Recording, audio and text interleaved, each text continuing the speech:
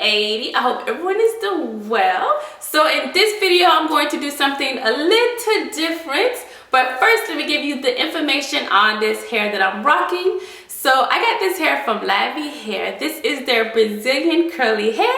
I'm rocking in 4 bundles and they're all 18 inches, and I'm also rocking a closure. Hi guys, it's me, Kiki Styles 1980. I hope everyone is doing well. I'm going to give you guys tips, the necessary tips it takes to make a successful wig. It's a beginner's guide on making your first wig. And I'll give you guys the necessary tips that it takes so that way you don't make any mistakes and your wig come out the way you want it. Now this video is not about how to actually sew, so you do need to know how to sew, which is pretty simple. You know, if you know how to sew in a button, you should be able to know how to sew a wig. So yeah guys, so definitely check out the description box. All the information about Lavy Hair will be there, and a coupon code as well. If you're not subscribed to my channel, what are you waiting for? Go ahead and subscribe so you don't miss any other videos. So if you have any questions, comments, concerns, let me know and I'll get back to you guys, and I'll see you on the next one. So just keep watching. Okay guys, so the first thing I'm going to do is go ahead and just look at the quality of the hair. So like I said, I'm using 4 bundles, 18 inches. I also have in a closure which is 16 inches, and I'm just showing you guys the curl pattern and showing you guys the ends of the hair, which is nicely full. I really like that a lot. So let's go ahead and proceed on with the tips. The first tip is do your closure first. I think that's very important. I think the closure is the most important part of making the wig. Definitely you want to use pins to hold down the hair. Now what you want to do is sew down half of the closure first, then you go ahead and proceed and sew on the other side of the closure. What I like to do, I like to sew it halfway and then go back and sew it again just to make sure that it's nice and secure, and then I proceed on and do the same thing with the other side. So like I said, I feel like the most important thing is doing your closure first and making sure that it's nice and secure with pins and such, so that way the closure does not slide. The next thing is make sure you do not sew down your straps, so that way you can utilize your straps. Now the next thing I like to do is double my first bundle when I sew it.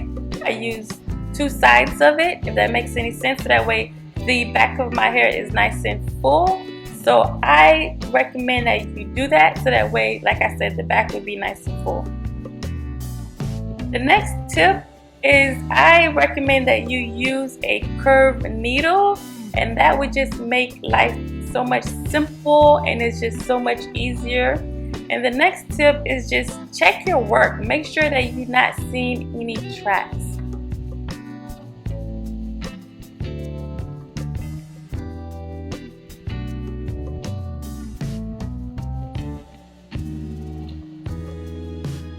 Okay, so the next tip is I would definitely say sew around your weft. I think that's very important because it makes the weft last longer. It let the weft be what it's supposed to be strong, you know. So don't sew on it too much, sew around it. And the next tip is do not cut the weft, so that way you won't have unnecessary shedding. You don't want to create shed, you know, you don't want the hair to shed because of something you did. So don't cut the wefts, just sew until the hair is done. Don't cut it.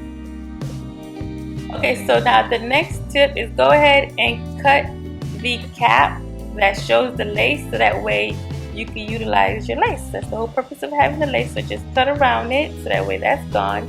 And the next tip is sew down an elastic band. I use 10 inches and the band lasts 2 to 3 weeks, so you do have to replace it. You can use 7 to 10 inches of band. It just depends on how your head is, the shape of your head and the size of your head.